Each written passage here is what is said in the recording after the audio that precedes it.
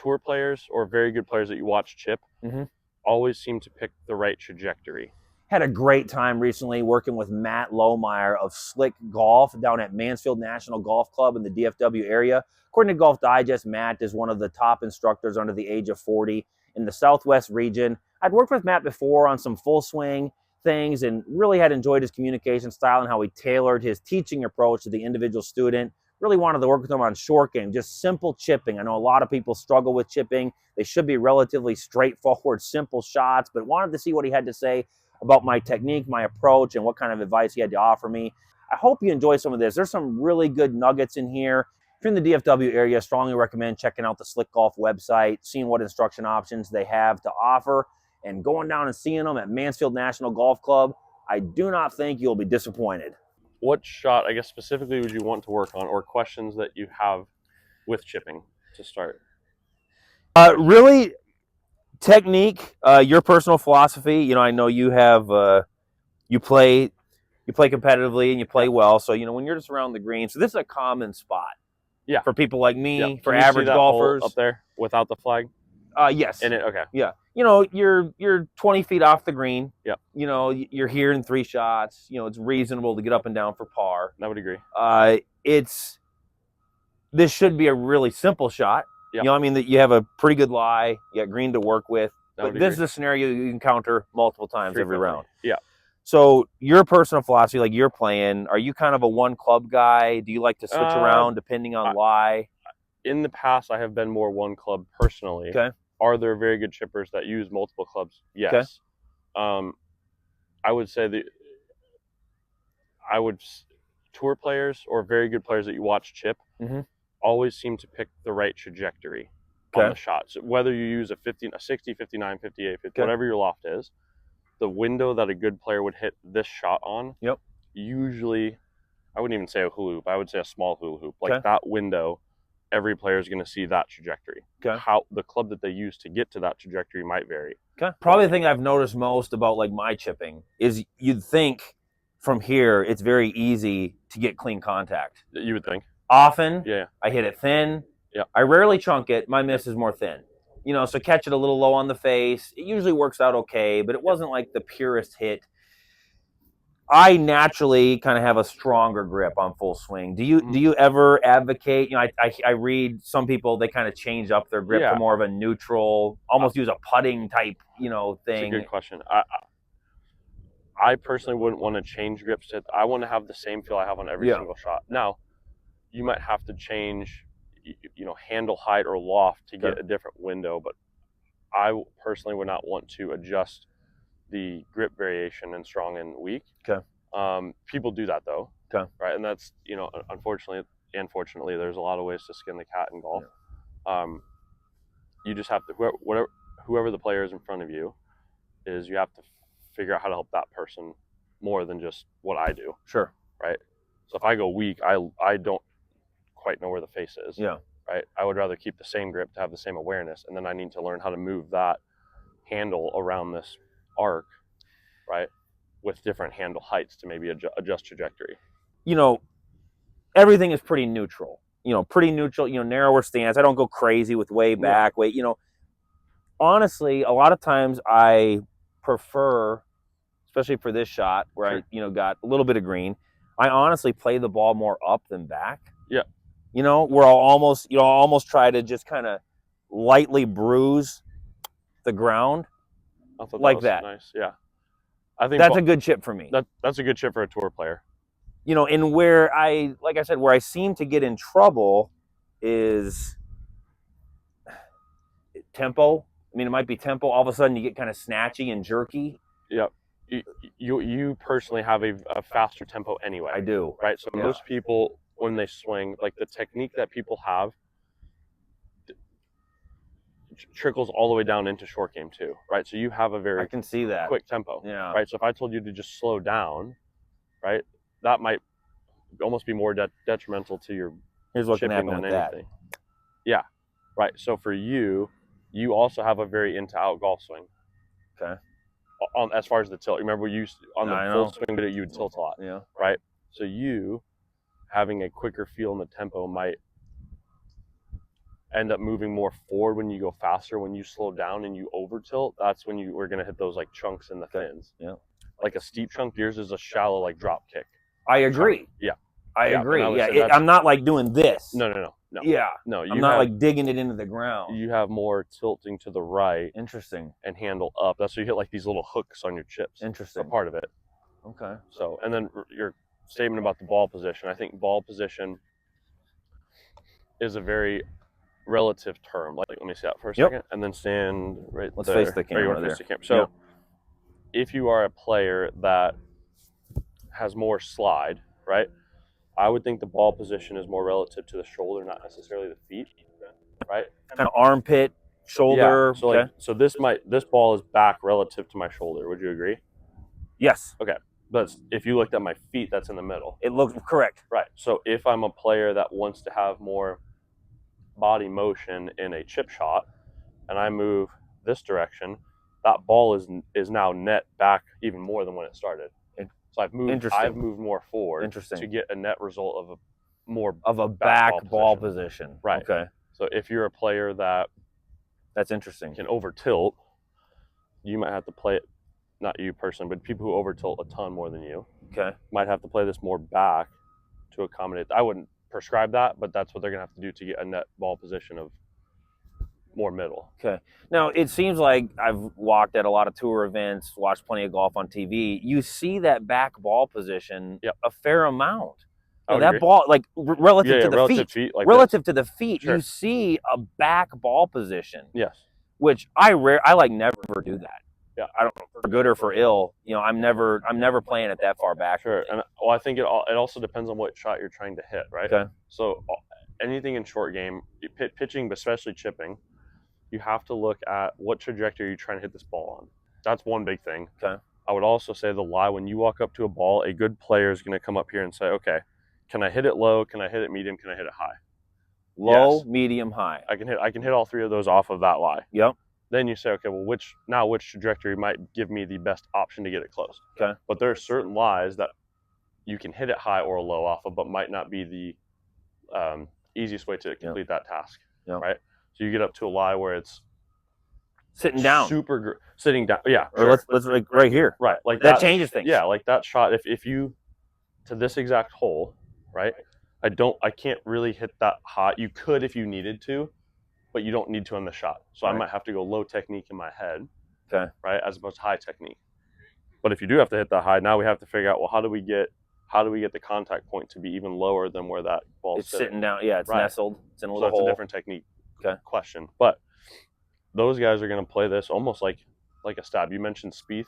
Mm-hmm. If you watch Spieth and Scheffler chip, like if they're into the grain, what is this, a 50? It's just a gap wedge. They're going to hit these shots, and they're going to like you watch Spieth and Scheffler chip. Oh, it almost went in. Maybe. But they're going to take more divot than you think. Okay. I've noticed. I've seen that. Yeah, I think too many people, when you watch them chip in Bermuda especially into the grain, they think that they need to use the bounce to hit a good shot. And what ends up happening is people will try to use the bounce with over tilting to try to get back here into the wet grain. Yeah. But if you watch the best players hit a low one on that, they're all forward and they all stick it. Interesting. Now you have to be good at hitting the ground in the right spot. Yeah. That's a different argument. Yeah. But you got to be able to control the low point. But I rarely see guys into the grain unless they have to hit it high. Yeah. Choose that shot. Let me hit just a few to this close hole. Just my normal, but just with no, just kind of how I would play this if I'm going, have a little bit of carry here. Would you hit 50 personally? I think for this shot, I think I would. For this one, I would.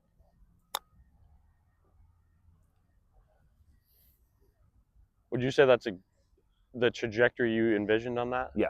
Okay.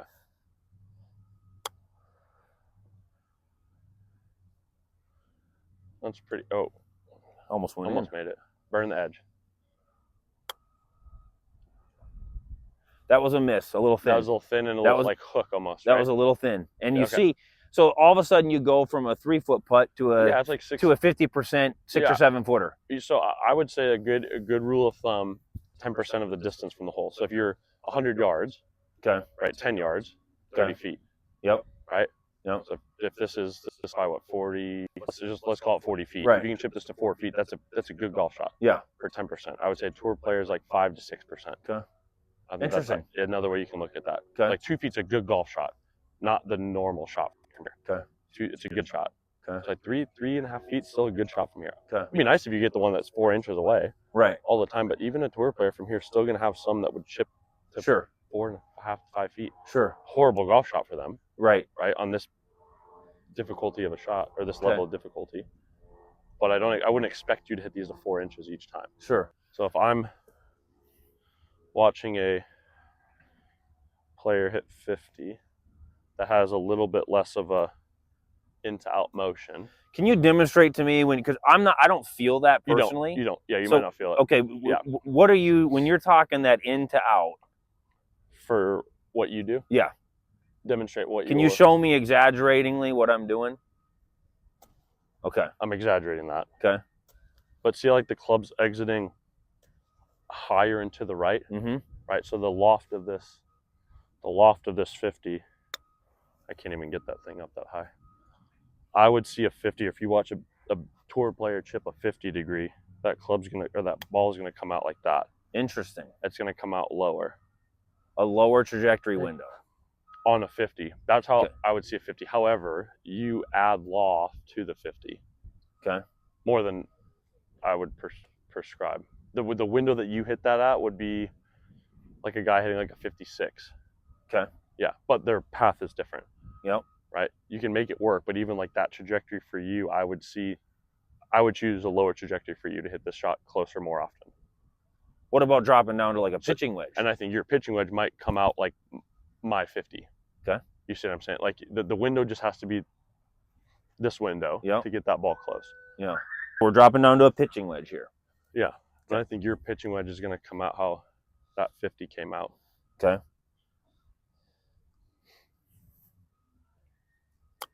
I like that window better, but it was shorter, right? So that landed about 3 or 4 feet short of that ball, and that ball is about 3 or 4 feet short of the hole.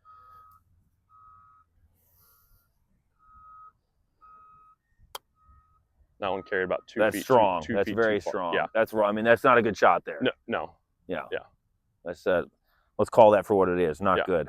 Okay. I think about a foot short of that ball that I put out there. Right there.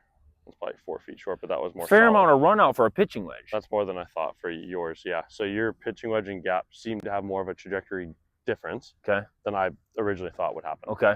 Yeah, that came out this is hotter definitely than I thought. Yeah. It was going to, based on how your 50 was coming out. Okay. Yeah.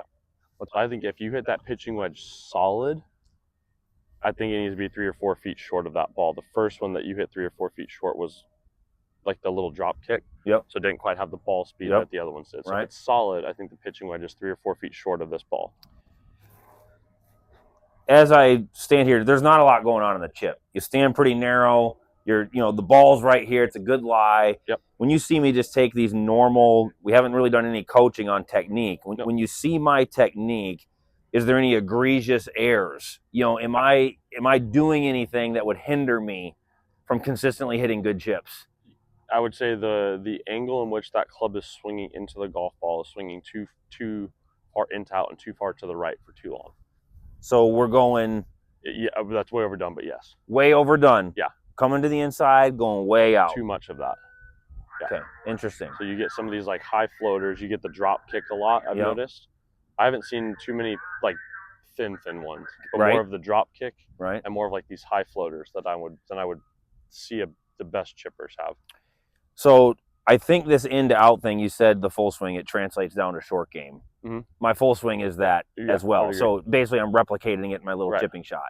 But around the green, what would be a different feel? If we're talking technique and we want to eliminate this. I think if I told you. What's kind of a different feel that we'd be looking at? Yeah, I think if I told you, if that's. Where's that hole right there? If that's straight at that ball, right? Yep. I would just tell. I'm not suggesting to take this club straight back. Okay. Right. The golf swing's built on an arc. Okay. Have you heard people say take it straight back? Yeah. You've heard people. Would you agree that's a thing or not a thing? No. Not a thing. No. Why is that not a thing? I mean, it's almost physically impossible to Literally. actually go straight back. If the fulcrum up here is up here, sure. Right. Right, but we don't play golf on a Ferris wheel. Right, that would be straight back, straight through. Yeah, so even on putting, that's not a thing. I like that demonstration with the alignment rod. Yeah. So from that view, if I was to hit a straight back, straight through golf shot, I would have to have the fulcrum up here. Yeah, that'd be the only way to do that. Yeah. So anything that's built on an angle straight is on an arc.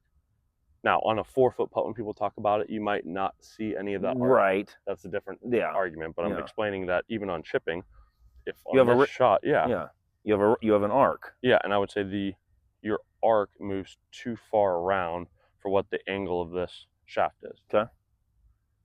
That's where you get some of these drop kicks. With my personal technique, this is something that could be improved technique-wise. Yes, I would agree. Yeah. Okay. So I would say sometimes I'll put like these alignment sticks here. Okay. For you, your current follow through on the chip shot that we're hitting. Yep, we're just going straight here. I would say it's exiting, like, see this divot right here? Yep. Right through the divot and that T, or the T. I'm coming out this way. Correct. Crossing this line. Correct. And basically. I would say on a chip, that club needs to be swinging on that angle more. Okay. Not, I'm overdoing this. Yep. Not that angle. Okay. So it needs to be coming down more and straighter, less to the right. Would be how I'd help the contact. Yeah. Help the drop kicks. Yeah. I've observed. Okay. Yeah, I haven't seen too many thin ones, even though that's what you think. So is the feel more, if you were explaining a different feel to me on not doing that, exaggerating, what's the feel? Not straight back, not straight through, because we know that's physically impossible, basically. You could say straighter back. Okay. Less around. Straight, okay. Right. I think teaching and coaching, when you describe, we have the math, right? You understand the club's moving too far to the right and the low point's too far behind the ball. Okay. Right? How a coach describes feels to players, I think, is a very interesting topic. Okay. Like, some guy might tell you to keep your club head along this white stick. Okay. Right? I would tell you that might be weird for you, knowing how far in you like to go. I would tell you let's change the follow-through awareness point of where that club's swinging through. So instead of going through that divot and we're working backwards. Yeah. Okay. So like I've done a lot of work with Andy and the stock and tilt guys. Yep. Right. Just over the last 7 years, probably 7 years. But a lot of times we just start on follow through. Okay. Right. Like, if I told you to hop in your car and drive, what would you ask first when you get in the car? Where are we going? Yeah. Where? Yeah. Right. You gotta have some sort of idea of like where this thing's ending up. Interesting. At. So sometimes you can help people more on downswing and transition, backswing and transition. Okay. If you give them more direction on where this thing needs to end up at. Interesting. Yeah. So if I told you the follow through needs to be, let me get a couple tees. I would say if you currently are going over that tee and this one, right? Let's use that leaf. I would say the follow through needs to get closer to this tee. Okay. Here. Let's start there. Let's hit a couple with that. Let's see what that feel is like. Let's see what that feel is like. So when you teach, when you teach, right? You've got Golf Tech taught me this too, right? You've got to observe what the shot is observe the shot that's happening. Yep. Right. We've got to figure out how to orient like what we're going to do to this. Yep. And then we've got to figure out how to accomplish this task. Yep. Right. What to practice. Yep. Okay. Yep. Let's chip something like that. So this feel is, I'm trying my exit point more here than there. I would agree. Okay. Let's see how this. Yeah. So is this the pitching wedge or gap wedge? This is the pitching wedge. Okay. If you do this with a pitching wedge, this ball is going to go significantly farther than we need it to. Okay. Let's go back to the gap wedge. Yeah, I like the gap wedge. So we're just changing the exit point in your head. That's it. Yes. That's it. Almost made it. It's nice when it works on the first Almost made it. How did that exit point look? It felt a little more left. Better. I think you could still go more. Okay, again. It was okay. There's okay contact. Yeah. There, just okay. Not your best one. I like that one. Okay, so it's a different feel, and this honestly, this is interesting because myself, like on my full swing, when I feel things, my miss is a block right. I would agree. Yeah, my miss is like a block right. Chipping. I like never hit it. I mean, that's like my miss. I don't Yeah. slice it. I don't hook it. It's a block right. Block. It's basically just a block right. Okay, so a more. Yeah. I like that one the best. I finished a little lower. As far as trajectory I finished a little lower there as well. There are things I would adjust on the backswing with it, but like I said, this is the starting point. A higher handle. Higher handle. So now we're working on higher handle. So with the same exit feel we just did. So technique-wise, we're working on just a little different path, starting from destination rather than Correct. here. Yep. We're going more here. Yep. And now we're going to work on a little higher handle. Correct. Okay. So a little. So when you say higher handle, what I think in my mind is rather than this, you want it more here. Correct. I would go quite a bit more on this one for a second. For dramatic. Yes. Really. Yeah. So we're talking heel off the ground. For you, yeah. Okay. I would feel, and then the same follow through feel. Okay. So heel way off the ground. Yes. Yeah, that's nice there. That was nice. That's super good. Good control. Yeah. Okay. And this is the argument or discussion with the teaching, right? Like you hit that same golf shot. That ball is sitting the same spot you did when you first came up. Mm-hmm. So then you're trying to figure out, okay, well, if your average was 3 feet, mm-hmm. and now your average is 2.8 feet, that's better. Better. Now, 0.2 feet different. Right. So then we have to figure out, like, is that really worth the brain power of changing this whole thing, or is it not? And that's a different discussion. Okay. But I think that's where you have to say, okay, is it better? Yes. How much better is it? Okay. How hard do I have to think about this to accomplish that? Right. How much do I have to practice it? How much to change this whole thing? To shave this much. But if you start shaving all the strokes gain metrics, if you start shaving, 0.2, let's just call it 0.2 shots around. Yep. Right. That's 3.6 shots. Yep. That's a lot. It's a lot. You don't notice, 0.2 shots per hole. Yep. That's a lot. But you don't notice it until the end. Right. And maybe over a month. It's a cumulative effect. It's not all at once. Talk to me technique-wise, what's the goal when we're raising that handle? So that would make it easier to get that club, we'll say, straighter back, straighter through. Okay. Right. We're making it more upright. Right. Yes. We're making it more upright. The shaft more upright, yeah. Yeah, because the heel's coming off the ground. Correct. So this gives you, we'll say, maybe more of that feel of that club. Okay. I will say compressing the ball. I'm going to record this one again. Okay. Compressing the ball this direction into the back of the ball versus that way. Okay. Okay. So it's going to feel more pinched into the ground. So I'm standing close. I'm raising the handle. Yep. I'm gripping even a little more. A little more even. Yeah. Okay. Right. Yep. Mm-hmm. That was perfect. Very good contact. Yeah. Interesting. That one. That's really not that high. No, it just feels. The feel is that it's like, and it doesn't look that high even. Yeah.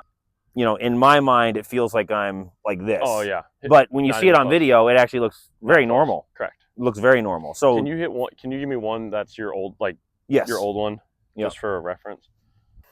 Normal. Yep.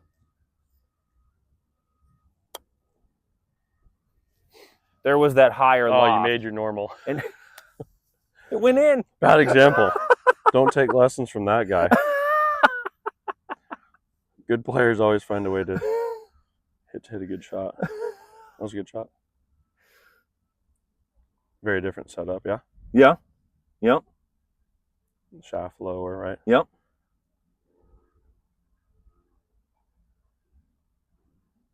See how far to the right the club is? Right, and how high you can see it. Right. Yeah. So that's more of like a pitch shot with a 50. That how I would classify that trajectory. Okay. Right. Versus a chip shot with a 50. I think those are different words. Yeah. Yeah, it is. You can do that. Yeah. I think that's too high of a trajectory for this shot to get it close all the time.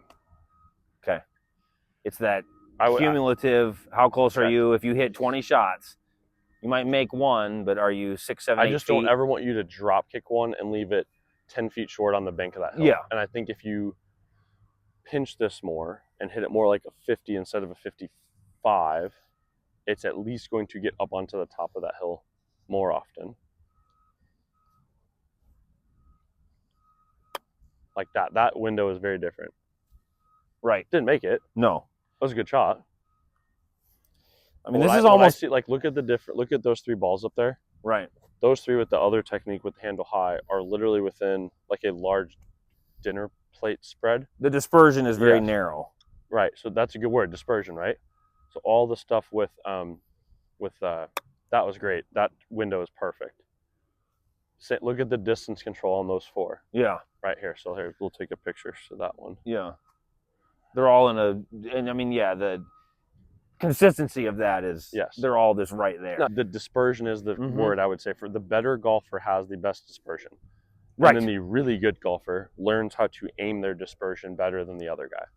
Learning how to aim your pattern and play that is a big part of scoring that people, I think, underestimate or undervalue. Yeah, I want to hit a couple to that far one. Yeah, let's do that. And I'm going to take out my 8-iron. This is more and more. So I got my 8-iron here. Yes. And we worked on the high hands with the gap wedge. Yep. And when you we worked on the feel. Higher hands for you. Higher hands for me. Yeah, that's the feel. It looks normal on video. So we're going, 70, 80 feet away. I got my 8-iron. Yep. So in my mind, I'm trying to land this, obviously beyond the fringe, because I want to land it on the green. I'll go for the higher hands here. Yep. Perfect. That checked more than I thought that was going to. Into the hill, maybe. Yep. Yeah. But all I care about for myself or students, when you practice, you hit your spot, correct? So we just misjudged the spot. Sure.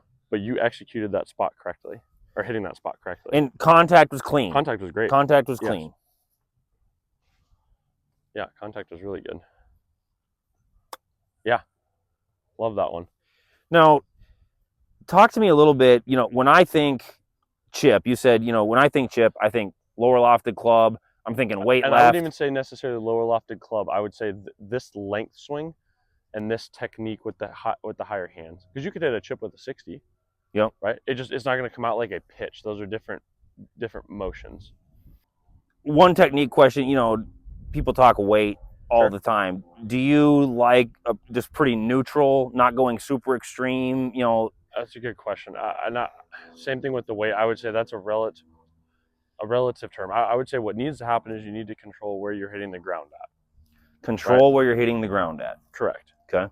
Are there players that might, I don't even know if I can give you a percent, 55, 60, 65, right? Yeah. I would say most players who hit the ground in front of the ball have more weight forward than not. Do I think you could have 70% versus 55? Yes. Okay. I think the trajectory is going to change. Okay. And the smash factor of the ball is going to change when you do that, or could change. Yeah. Depending on, let's assume everything else stays the same and you keep controlling your wrist correctly. I think the more forward you're going to go, the lower and more smash that ball is going to come out. Okay. So then you, as the player, would have to adjust landing spots so you know how far that ball is going to roll. Okay. Right? Or like before, when you had more tilt, right? I would say that's more weight. Weight's a relative term too. With tilt, sure, you could have weight forward, but tilt a lot. Okay. I would say weight, as a feel, is a tilt thing for people. Weight as a feel is a tilt thing. Yes. Okay. I would say if I'm. You have a club. Yes. Yep. If I'm telling someone to get weight forward, rarely do they go, that would be bad. Okay. That's too far forward at the hips. Okay. So we need to get this, start like the sternum, your upper hub and lower hub more on top of each other, right? And I would say weight forward needs to be an awareness of where those are in relationship to themselves. Your center. Like both centers moving on top of each other. So weight back, I would say, is just more tilt. Okay. That's what people seem to do when they hear weight. Okay. So if I hear weight forward, or if I want to feel weight forward, that doesn't mean I'm necessarily leaning like this, but on the follow through, I might feel like I move. So that came out super low. Yeah. Right. If I have my weight back or less forward. So it's not a balance. Right. That's going to go higher. It's not a balance on your left foot and hit the chip, where all of your weight is essentially on your left leg. You could, like where you're just standing on your left. Yeah, I mean, you could do that, but if I stand on my left, are you saying stand on left with my hips, or are you saying stand on my left? If you take your right foot off the ground. So that would be like. Yes, like that. So now stand right there. I think that's what sometimes I have in mind when people talk weight front. Which I would say, in order to do this sternum has to be on top of that to do. I can't That'd be pretty tricky. Yeah, I guess you could theoretically do that. Contact will be everywhere. But now the contact's gonna be more back. Yeah. Right. So this part is the piece that I think is more of the weight, right? But that's the low. Nice. The low one. It's that fulcrum point, that sternum area. Where that's located. Yeah, where that weight, that center mass of your body. So almost specifically the upper one. Yeah. Has a pretty good correlation to where that club's hitting the ground at. Interesting. You could theoretically goof up a lot with wrist stuff. But let's assume that you're a better player with that part. Okay. Right? Good. So that's what, for you especially, I would think more of this. If you want to hit the lowest shot, I would keep telling you to get your shirt buttons almost in front of your zipper. Okay. As the weight. As the weight forward. Yeah. That's okay. Which will also help the follow through go okay. that direction. All right. One suggestion I would always tell people is practice chipping with the ball that you play with. Okay. So I saw you had I know this is your shag whip, but even that balls, even like Pro V1 versus like a Chrome Soft versus like a TP5, all those balls are going to have a different acoustic, and they're all going to come out slightly different windows. They react differently. Yeah, it's going to be close, but you'd be surprised even on chipping. Like if you switch from the Callaway, the Chrome Soft to the TP5 to the Pro V1, these are all going to come out slightly different off of the same lie.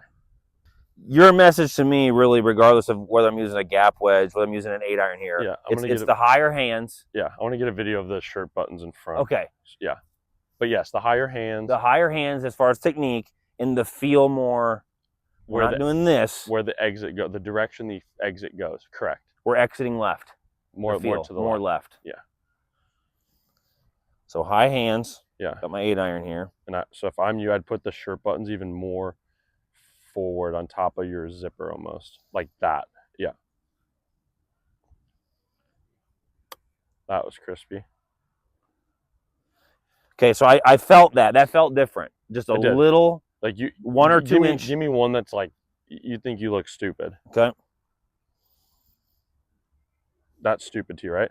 Yeah. Okay. Perfect. How different was that contact? I mean, the contact was super clean. Like crisp. Yeah. Right? Okay, now chip another one. I'm overdo it the other way. I want you to get your shirt buttons behind like your right foot. Sure. Now try to hit that low. Drop kick. It's way higher. Right? Now that's overdone, but I'm showing you the spectrum. Yeah. Right? And I think that's where when you start teaching people this, I would rather teach you, okay, this is too extreme on this side. Okay. This is too extreme on this side. So you start to understand like your feel of where your body's at. Yes. Yeah. Then you can kind of work off of that. Higher hands, feel this center sternum, these shirt buttons more on the front side of the ball. More towards on a chip especially. Right. Which is what we're practicing. This is just my 8-iron. So I got the high hands. Yep. I'm bumping forward. Crispy. And I'm exiting maybe a little toey, left. but contact point on the ground was nice. Right. Slight toe maybe. Right. But. Can you get too close to the ball with chipping? Oh yeah, 100%. You can. Yes. Okay. 100%. I rarely have I seen that. Try it. Rarely have you seen it be an issue. Okay. Go more. I mean, yeah. I mean, this feels. Yeah, like you have no. You could do that. I don't think that ball is going to go much farther than carrying it here. Sure. Right. Yeah.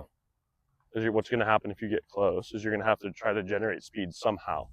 Right. So now we took out your ability to get speed from going around an arc. Right. Because the arc's different. Right. Right. So now you've got to get speed from a different thing. So I would say the elbows on this.